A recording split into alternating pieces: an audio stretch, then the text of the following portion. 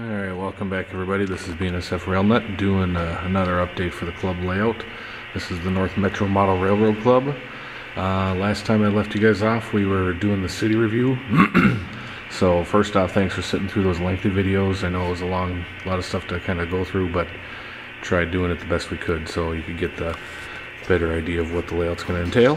So I want to say we're just in the month of February. Been about 2 weeks or so since I actually taped the last video series, and since in that 2 weeks we've been laying track, and this will basically be a little video to show you what we've laid down and where we're sitting at. So first off, we started laying the track at the Golden Houma Soap. This was the last place we left off with the spline roadbed, so figured it was a good spot to start the track laying.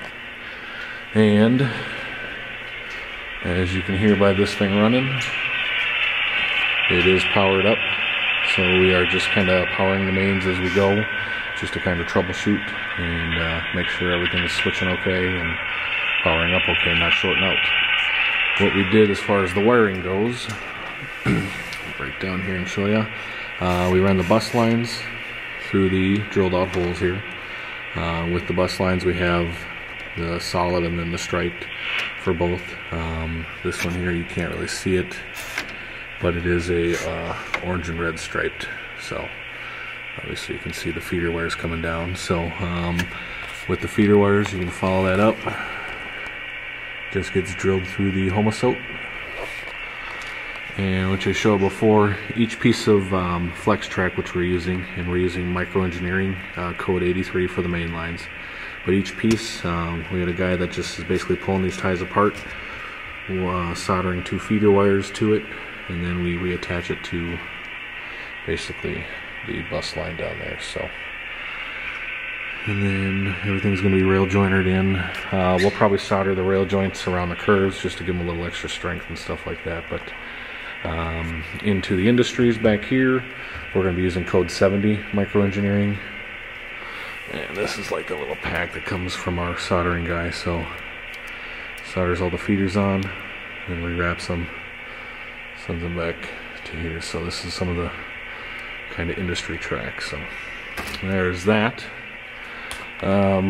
We had a couple sheets of this kind of masonite stuff, just playing with the fascia, just to kind of see the different added distance we're going to gain from putting the fascia on here to the rail edge of the track. So this is just kind of a quick mock-up to see what it looks like. So over on here,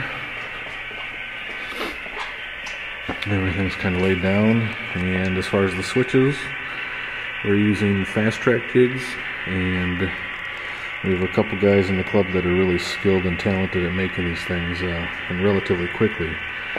So versus buying a commercially ready switch for anywhere from 25 to 40 bucks, we can make these things, or a couple guys can make these things out of a couple pieces of rail for probably 2 or 3 bucks. So a lot cheaper to do, and they were just as good, if not better. So show you some of the craftiness of these guys. And those are number 10s. So you got your double crossover there. We'll move along here. Switches are in place. We're just trying to get the main line done for our flea market coming in here. We got about 4 weeks left, so it's kind of getting into crunch time. So industries probably won't be dealt with at this moment, but this is kind of a prepped industry. You can see the uncoupling magnets being put into the roadbed, and we'll place the track on top of that. And then over here is an example of basically just a little engine catch, more or less. It's just I think a gardening fabric, something you get from a local gardening store, but stapling that to the Houma Soap, and that is just in case one of the engines falls off the side. We don't want that thing to really take a 4-foot plummet to the ground, so it's a nice little added insurance. So we got the track coming into Big Lake. The nice thing about these fast track jigs is like I said, we got a couple talented guys, and they take these. This is actually an old straight number 10, and actually just curved into place. So you guys take their time to put these things in right, and that is basically a non-commercially available switch. So we basically fixed that problem. So that leads into the North Star terminal. That's kind of where that's sitting. So continuing on, as far as the main line continues, we're just waiting to put this piece of track over the bridge. Obviously it's a real easy connection, but this switch was just laid in, so you can kind of see an example before they actually get cut down to size and everything. So these ones are laid in just recently. So, and then with the Hinckley sub, we stopped track at this point, just basically to try to make sure we get the mains done for the show. But this track is actually ready to go. This is the way we get it set. We drill the feeder wires, you kind of get the spacing correct, so we don't waste as much track as we try to save as much track as we can. So continuing on, and let's see, go down around the corner here.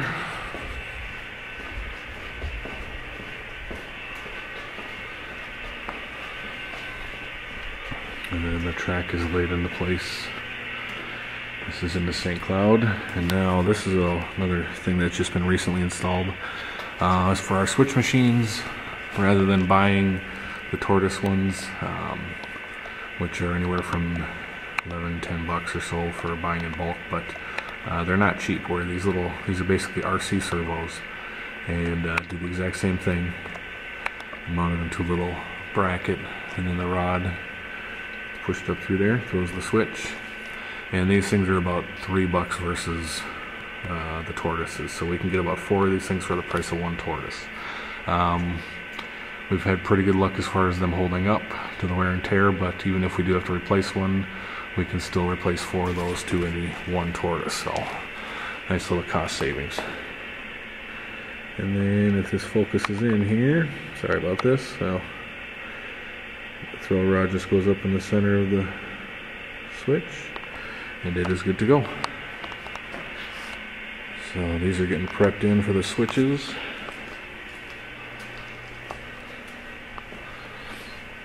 And then more track laid.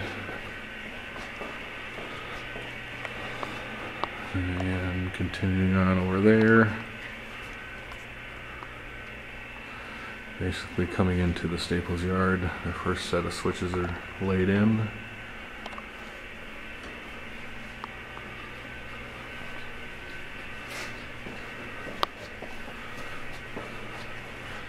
And we get to a point where someone is in the process of actually hand laying switches right now. So while I started this video, AJ started laying these switches in, so you can kind of get a quick picture of what he does to line them up. Sizes up everything, and he'll probably have that in the next 5 minutes or so. So nice little crossover in play. And the rest of the track is just kind of laid out to basically just coming into Brainerd. So next time we have our soldering guy drop off some track, we're continuing on. Basically all that's left is just Brainerd and the Saunders Duluth area, and then back to that good old golden Houma over there. So that is where we're at today. Like I said, this is, I want to say, the first week of February, I think February 4th, and that's where we're sitting at for track laying. So next time we have the video update, hopefully we should be further. Until then, thanks for tuning in. We'll see you guys later.